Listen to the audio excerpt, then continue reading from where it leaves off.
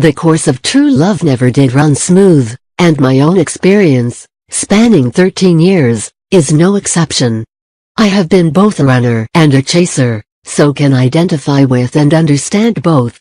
When I first ran within months of meeting him, my twin and I were both trying to leave long-term relationships. He had left his marital home just before meeting me, pushed by his spiritual awakening and followed by emotional blackmail and suicide threats from his wife, whereas I was trying to leave my abusive boyfriend for good. The old fears and faces of our codependent lives soon caught up with us as his estranged wife announced her visit, causing him to distance himself from me. Suddenly this man, who hung on every word I said, who looked at me like a blind man staring at the sun, and who until then could not get enough of me, gave me speech about his duties and obligations towards her. When I, in pain and confused, asked where I stood in all this, he told me that we were only ever meant to be friends, and how he valued my friendship and never wanted to lose it, and that the rest was just a bonus. He alternated between treating me like the lover I always was to him, and friend-zoning me and accusing me of expecting something of him when it happened. At the same time, my ex was harassing me, often refusing to leave my flat and being physically and mentally abusive in the process.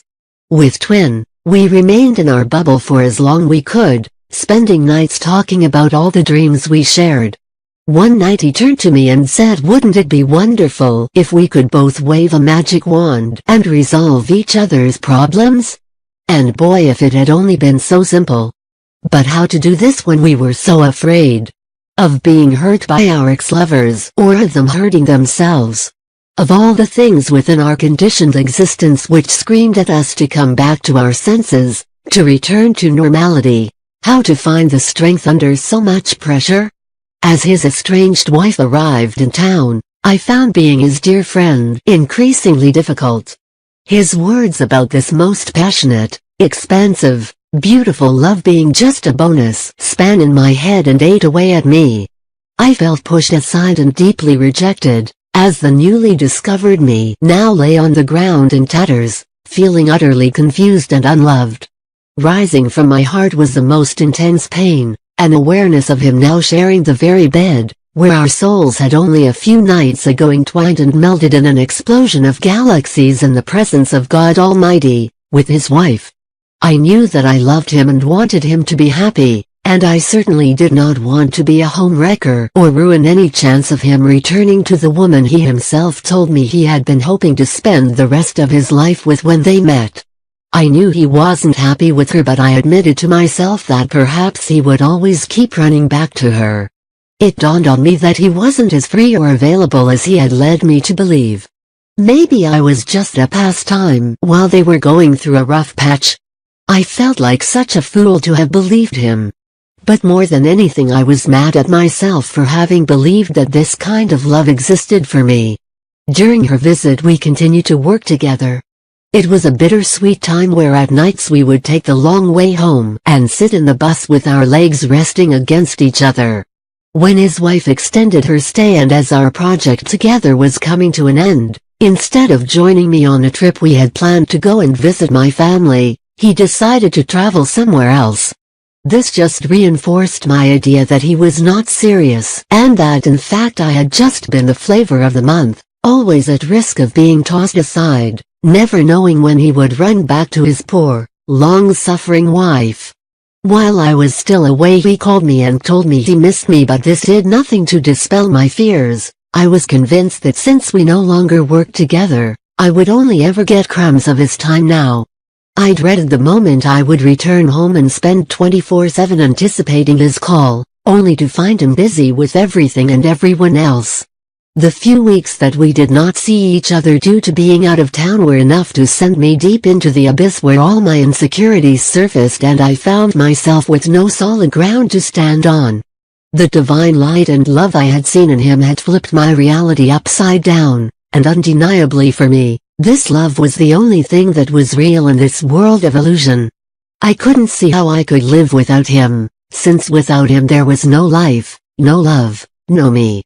Who am I if this man who perfectly reflects me rejects me? Am I so unlovable that even the very reflection of me abandons me? If only I had known that it wasn't him denying me that love. It was me denying it from myself. Underneath all the pain that arose were also more noble feelings. I felt like he was not doing right by his soul, and very strongly felt like I could not just watch him choose more suffering without trying to change him. I wanted him to find peace in his heart. If it meant he needed to be with her or someone else, so be it. I did not want to be there trying to affect the outcome, and I knew if I stayed I would have always hoped he would see the light. I knew that he had to figure it out himself. So many things went through my mind, rejection and my own feelings of unworthiness being the main things. What hurt perhaps the most was that I was being tormented by the intense emotional pressure, physical violence and threats from my ex-boyfriend, and I simply wanted my twin's support. But I didn't get that. This man, who had insisted he would do anything for our friendship, simply wasn't there. If he really did care about me like he said, if he was really such a close friend, then where was he? What was stopping him from being there? If only I had known that he could not be there for me because he was also in pain. Because he was under that same pressure. Also fearing rejection as well as my expectations, even when I insisted I didn't have any, and more than anything, he could not be there for me because he was not there for himself. He distracted himself with travel, projected feelings onto me, and ran, emotionally. It made me want to run to the opposite direction, but faster, and farther. What I didn't realize was that we weren't really running from each other, but from the pain and from the issues that arose. We hope this channel has helped you discover where to start on your actual paths. Please like, subscribe, share, and leave your suggestion in the field below. With all the love to you.